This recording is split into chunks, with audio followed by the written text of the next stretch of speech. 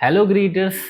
मुझे अक्सर सवाल आते हैं कि क्या मुझे एडिटिंग करनी चाहिए या नहीं करनी चाहिए, और अगर करनी चाहिए तो कितने पैसे बनाए जा सकते हैं। तो इसका सीधा जवाब दे पाना तो मुश्किल है, क्योंकि कुछ लोगों के लिए एडिटिंग उनका पैशन होता है और कुछ लोगों के लिए ये एक स्ट्रगल होता है। लेकिन आज मैं आपको एक पुरानी किताब the richest man in the Babylon में से 5 ऐसी सेविंग लेसन्स बताऊंगा, और देखेंगे कि ये सेम रूल एडिटिंग पर कैसे अप्लाई होते हैं। और बिलीव मी, आप इन्हें समझ लेते हैं तो आपका एडिटिंग करियर फाइनेंशियली और भी स्ट्रांग हो सकता है।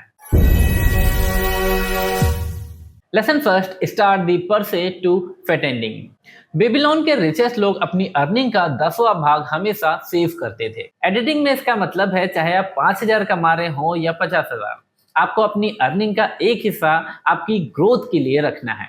हो सकता है ये एक न्यू गैजेट, एक बेहतर सॉफ्टवेयर या नए वर्कशॉप के लिए हो। एग्जाम्पल के लिए, जब मैंने पेड वर्क शुरू किया था तो उसमें से 500 रुपए मैंने साइड रखे और उसी से मैंने अपना लाइट स्टैंड लिया था, और वही इन्वेस्टमेंट मेरे काम को और प्रोफेशनल बनाता है। Lesson 2, control the expenditures. Editing career start करते ही ज्यादातर लोग एक हाई एंड सिस्टम लेते हैं, फिर क्लाइंट का इंतजार करते हैं, जो बिल्कुल गलत है। एडिटिंग में इसका मतलब है कि शुरुआत आप बेसिक लैपटॉप से करो।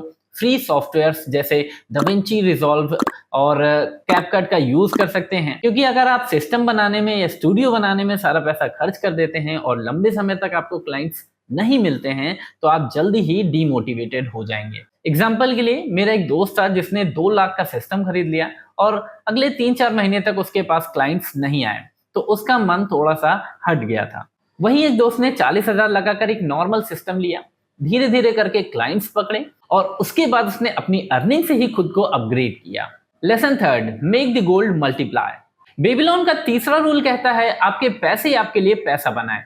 एडिटिंग में इसका मतलब है कि आप अपनी स्किल को मल्टीप्लाई करें। अगर आप बेसिक कटिंग करते हैं और आपको एक प्रोजेक्ट के 500 या 1000 रुपए मिलते हैं, लेकिन अगर आपने मोशन ग्राफिक्स, साउंड डिजाइन या कलर ग्रेडिंग सीख ली, तो सेम प्रोजेक्ट पे आप 5,000 से 10,000 भी चार्ज कर सकते हैं। एग्जाम्पल के लिए, एक एडिटर बेसिक कट्स करता है और उसकी अर्निंग एवरेज ही रहती है, बट जैसे जैसे वो अपनी स्किल्स को इनहेंस करता है, उसे बढ़ाता है, उसकी अर्निंग्स भी बढ़ने लगती हैं। Lesson fourth, guard the treasure from loose. Babylon के लोग कहते हैं, अपने गोल्ड को हमेशा सेफ इन्वेस्ट करो। एडिटिंग में इसका मतलब आप अपने टाइम और एनर्जी को सही क्लाइंट पर लगाओ। अक्सर बिगनर्स एक्सपोजर के लिए अनपेड प्रोजेक्ट पकड़ लेते हैं या कोई ऐसा क्लाइंट पकड़ लेते हैं जो उन्हें एडवांस नहीं करता। ये बिल्कुल वैसा ही है कि जैसे आप अपने पैसे को किसी शेडी स्कीम में डाल रहे हो। रूल सिंपल है, रिटन एग्रीमेंट हो या आप एडवांस लेकर काम करो, ये आपके फाइनेंशियल ट्रेजर को सेफ रखेगा।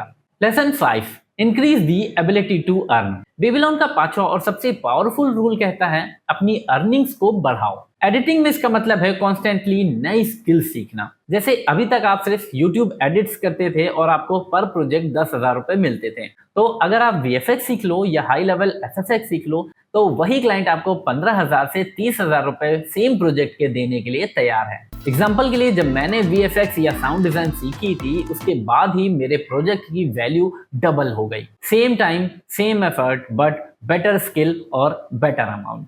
तो दोस्तों, आज के 5 रूल्स याद रखो। हमेशा अर्निंग का एक हिस्सा आपको बचाना है। दूसरा, एक्सपेंस को कंट्रोल करना है। तीसरा, अपने स्किल्स में इन्वेस्ट करो और अपनी इनकम को मल्टीप्लाई करो। चौथा, गलत क्लाइंट पर अपना टाइम और पैसे बर्बाद मत करो। पांचवा, अपनी एबिलिटी टू अर्न को कंटिन्यूअसली ग्रो करो। एडिटिंग करियर में इंटरेस्ट और टैलेंट जरूरी है, पर अगर आप इसमें फाइनेंशियल विजडम भी ऐड कर दोगे तो आप सिर्फ एडिटर नहीं, एक क्रिएटर बन जाओगे। तो अगर आपको ये वीडियो पसंद आती है तो लाइक करिएगा, नीचे कमेंट बॉक्स में मुझे बताइएगा कि आप अपनी एडिटिंग जर्नी में कौन सा रूल पहले अप्लाई करने वाले हैं।